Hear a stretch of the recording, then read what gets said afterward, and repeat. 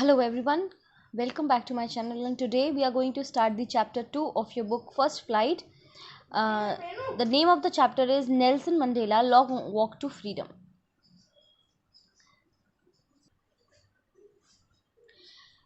In this chapter we are going to read about the plight of the blacks living in South Africa, the political system named apartheid, which separates people according to their races. And Nelson Mandela was a big name in the upliftment of all these people. So, without any further ado, let's begin the chapter and understand what is apartheid, and let us understand the struggle of Nelson Mandela and his um companions for their freedom. 10th May dawned bright and clear. For the past few days, I had been pleasantly besieged by dignitaries and world leaders who were coming to pay their respects before the inauguration.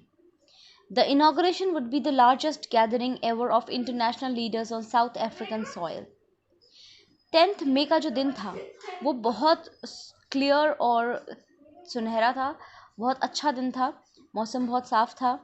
और पिछले कुछ दिनों से मैं बहुत घिरा हुआ था अच्छे अच्छे डिग्निटरीज होते हैं जो अच्छी रैंक के और पदों के लोग होते हैं, उनको आप डिग्निटरीज कहते हैं।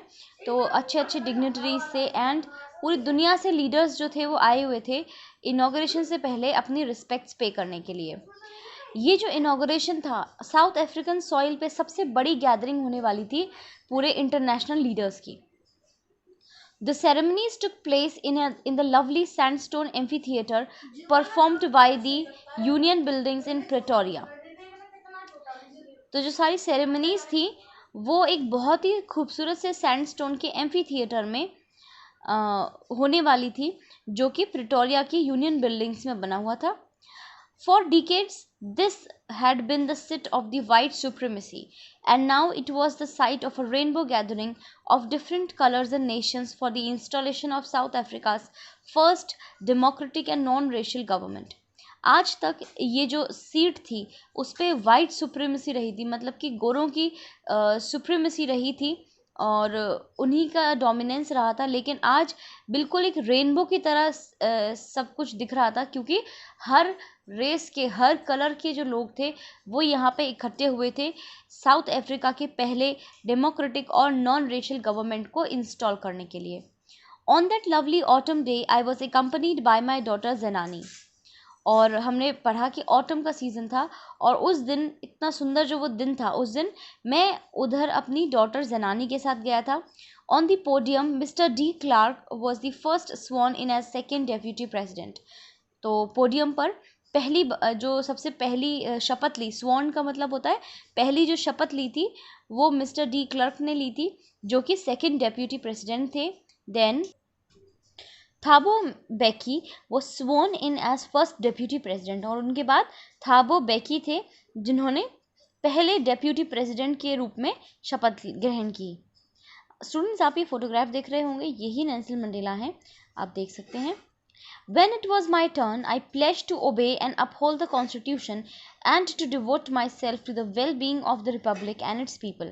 और जब मेरी बारी आई तो मैंने भी प्लेज लिया कि मैं कॉन्स्टिट्यूशन को ओबे करूँगा, उसका पालन करूँगा और अपने आप को मैं लोगों की सेवा में डिवोट कर दूँगा।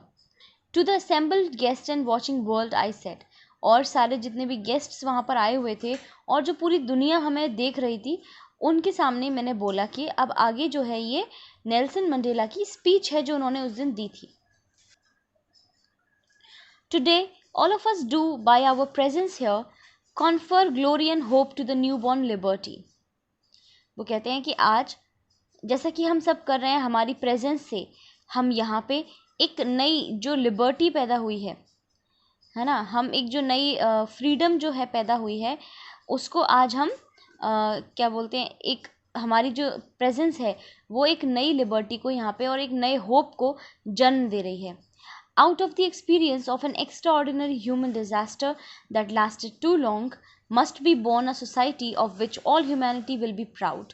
और बहुत लंबे ऐसे एक्सपीरियंस के बाद, जो कि एक ह्यूमन डिज़ास्टर की तरह था, जो कि बहुत लंबे समय तक चला, अब एक ऐसी सोसाइटी का जन्म होगा जिससे सारी ह्यूमैनिटी जो है वो प्राउड फील करेगी, सारी जो इंसानियत है वो बहुत प्राउड फील करेगी।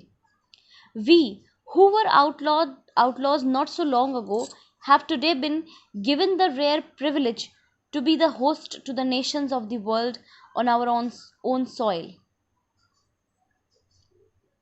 और वो कहते हैं कि हम, जिनको कि पहले आउटलॉ कर दिया गया था, आउटलॉ का मतलब क्योंकि साउथ अफ्रीका में अपार्थीड का सिस्टम था, तो बहुत सारी कंट्रीज़ ने उनको डिप्लोमेटिकली एक तरीके से बैन कर दिया था या फिर उनसे रिश्ता तोड़ लिया था। तो वो कहते हैं कि हमें जिनको कि इतना आउटलॉ कर दिया गया था, आज हमें ये प्रिविलेज मिल रही है, हमें ये सौभाग्य मिल रहा है कि हम अपनी मिट्टी पर, अपनी कंट्री की मिट्टी पर पूरे दुनिया के नेशंस को वेलकम कर सकें। We thank all of our distinguished international guests for having come to take possession with the people of our country of what is, after all, a common victory for justice, for peace, for human dignity. और वो कहते हैं कि मैं thank करता हूँ, हम सभी थैंक करते हैं सारे के सारे हमारे जो इंटरनेशनल गेस्ट्स हैं, जो कि यहाँ पर आए हैं हमारे देश के लोगों के साथ मिलकर एक कॉमन विक्ट्री, जो कि एक कॉमन विक्ट्री है जस्टिस के लिए, न्याय के लिए, शांति के लिए और ह्यूमन डिग्निटी के लिए, उसको पजेस करने के लिए, उसको चेरिश करने के लिए यहाँ पर आए हैं। मैं उन सबको बहुत थैंक करता हूँ। We have at last achieved our political emancipation. हमने आखिरकार अपनी पॉलिटिकल इमेंसिपेशन, मतलब अपनी पॉलिटिकल फ्रीडम जो है वो प्राप्त कर ली है। We pledge ourselves to liberate all our people from the continuing bondage of poverty, deprivation, suffering, gender and other discrimination. और अब हम प्लेज करते हैं, अब हम शपथ लेते हैं कि हम अपने सभी लोगों को ये जो चलते आ रहे गरीबी के और तंगी के, सफरिंग के, पीड़ा के, ठीक है ना, और जेंडर या किसी भी दूसरी तरीके के डिस्क्रिमिनेशन, मतलब कि भेदभाव से हम दूर रखेंगे और उन सबको लिबरेट कर देंगे, फ्री कर देंगे। कोई भी किसी भी तरीके की बॉन्डेज में नहीं रहेगा। Never never and never again shall it be that this beautiful land will again experience the oppression of one by another. और ऐसा कभी कभी कभी भी नहीं होगा कि हमारी इस खूबसूरत धरती पे हम कभी एक दूसरे के ऊपर ऑपरेशन झेलेंगे, एक दूसरे के ऊपर एक दूसरे का दबाव झेलेंगे। The sun shall never set on so glorious a human achievement. और इतना जो हमने ग्लोरियस ह्यूमन अचीवमेंट किया है, ये जो आज हमने जीत पाई है, ये इतनी ग्लोरियस है कि जो सूरज है वो भी कभी नहीं ढलेगा और ये वैसे के वैसे ही रहेगा। Let freedom reign. और आज आइए हम सब मिलकर ये शपथ लेते हैं कि हम आज़ादी को एक तरीके से राज करने देंगे हमारी कंट्री में। एंड गॉड ब्लेस अफ्रीका, और गॉड ब्लेस अफ्रीका। ये कहते हुए उन्होंने अपनी स्पीच जो थी वो एंड करी। A few moments later, we all lifted our eyes in awe as a spectacular array of South African jets, helicopters and troop carriers roared in perfect formation over the Union buildings. फिर थोड़ी देर बाद ही हम सभी ने अपनी आंखें ऊपर उठाई, क्योंकि ऊपर एक बहुत ही इम्प्रेसिव और खूबसूरत डिस्प्ले चल रहा था। साउथ अफ्रीकन जेट्स थे, हेलीकॉप्टर्स थे और ट्रूप्स थे, जो कि परफेक्ट फॉर्मेशंस जो थे वो बना रहे थे। And it was not only a display of pinpoint precision and military force, but a demonstration of the military's loyalty to the democracy. और ये सिर्फ एक तरीके से मिलिट्री फोर्स का वो डिस्प्ले ही नहीं था कि वो किस तरीके से क्या करतब दिखाते हैं, लेकिन साथ ही साथ में ये मिलिट्री की जो लॉयल्टी थी अपने डेमोक्रेसी के लिए, अपने लोकतंत्र के लिए, उसको भी डेमोन्स्ट्रेट कर रहा था। जो नई गवर्नमेंट थी, to a new government that had been freely and fairly elected, और उस गवर्नमेंट के लिए अपनी लॉयल्टी दिखा रहा था जिसको कि फ्रीली और बिल्कुल फेयरली इलेक्ट किया गया है। Only moments before, the highest generals of the South African Defence Force and Police, their chests bedecked with ribbons and medals from day gone by, saluted me and pledged their loyalty. और उसके कुछ देर पहले बहुत जो highest general थे south African defence के, जिनकी chest पे बहुत सारे रिबन्स एंड बैजेस और मेडल्स लगे हुए थे, उन्होंने मुझे सल्यूट किया और फिर उन्होंने भी प्लेज की. I was not unmindful of the fact that not so many years before they would not have saluted but arrested me. और मैं इस चीज़ को कभी भूल नहीं पा रहा था एंड मैं इस चीज़ से अवेयर था कि कुछ साल पहले ये मुझे सल्यूट नहीं करते थे बल्कि मुझे अरेस्ट करते थे. Finally chevron of Impala jets left a smoke trail of the black, red, green, blue and gold of the new South African flag. और फिर थोड़ी ही देर बाद में क्या हुआ कि एक पूरा इम्फाला जेट्स थे, उन्होंने वी शेप में, शेवरॉन का मतलब है वी शेप में एक पैटर्न बनाया और फिर आगे उड़ते चलेगा और पीछे से धुआं जो था black, red, green, blue and gold colour का धुआं छोड़ते हुए, जिससे कि उनका नया साउथ अफ्रीकन फ्लैग जो था उसका इमेज क्रिएट हो गया. ऐसा आप 26 जनवरी पे देखते होंगे, जब आप टीवी पर देखते हैं तो बहुत सारे जो आर्मी के द्वारा करतब किए जाते हैं और फिर हवा में जो कि हमारी एयर जो फोर्स है वो अपनी करतब दिखाती है हेलीकॉप्टर्स और जेट्स के द्वारा. बिल्कुल वही चीज़ यहाँ पर भी चल रही थी. The day was symbolised for me by the playing of our two national anthems and the vision of white singing Kosi Sikelel Africa and black singing Thy Stem. और वो जो दिन था वो मेरे लिए सिम्बलाइज्ड बन गया जब हमने दो नेशनल एंथम्स गाए, एक जो वाइट्स गाते थे और दूसरा जो हम ब्लैक्स गाते थे. The old anthem of the Republic, although that day neither group knew the lyrics of the anthem they once despised, they would know soon the words by heart. और हालांकि दोनों में से किसी भी ग्रुप को अब एक भी एंथम के जो लिरिक्स थे, जो शब्द थे वो नहीं पता थे, लेकिन धीरे धीरे वो उसको दिल से जान जाएंगे, वो उसको दिल से याद कर लेंगे, ऐसा हमें लगता था दोनों वाइट्स और ब्लैक्स के लिए जो नए एंथम बनाए गए थे वो. On the day of the inauguration I was overwhelmed with a sense of history. जिस दिन इनॉग्रेशन था उस दिन मैं बहुत ज़्यादा खुश था सेंस ऑफ हिस्ट्री से. क्या था? In the first decade of the 20th century, a few years after the bitter Anglo-Boer War and before my own birth, the white-skinned people of South Africa patched up their differences and erected a system of racial domination against the dark-skinned people of their own land.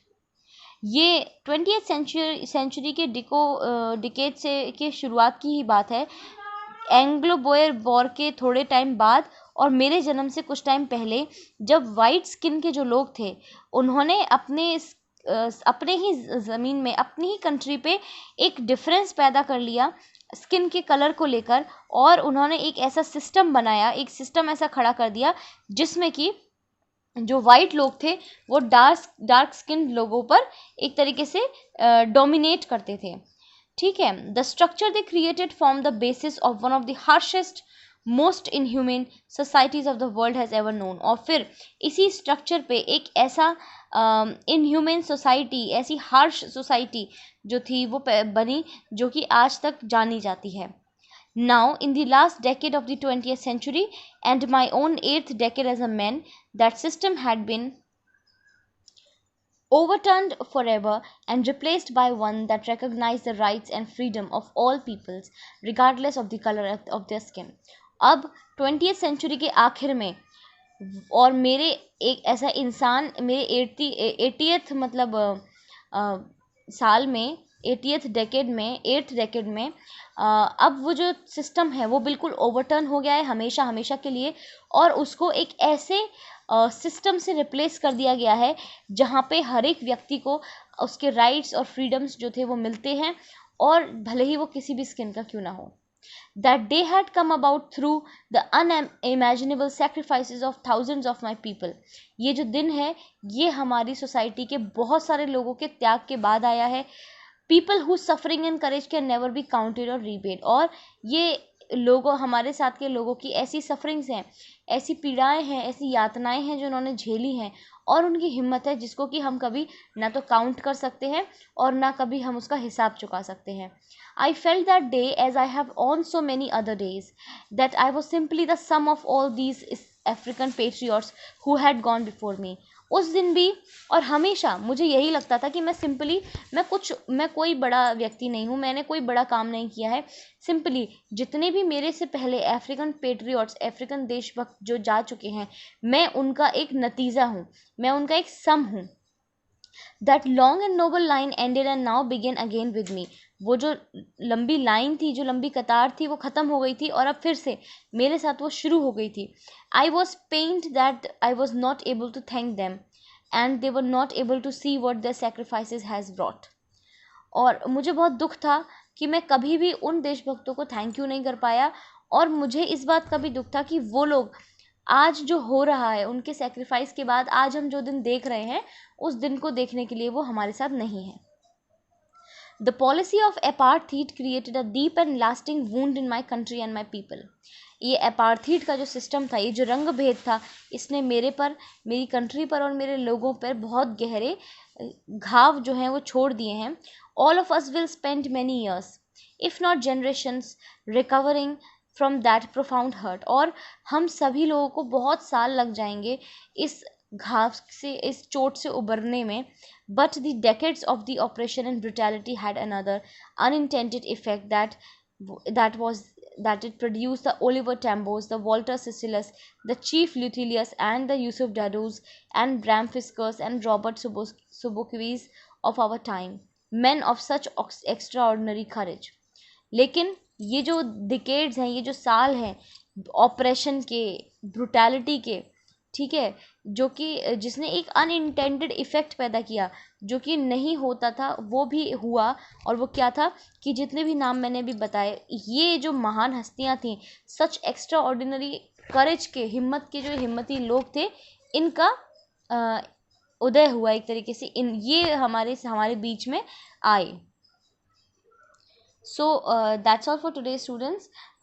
आगे का chapter हम अगली video में cover करेंगे. Thank you so much and keep learning. Bye bye.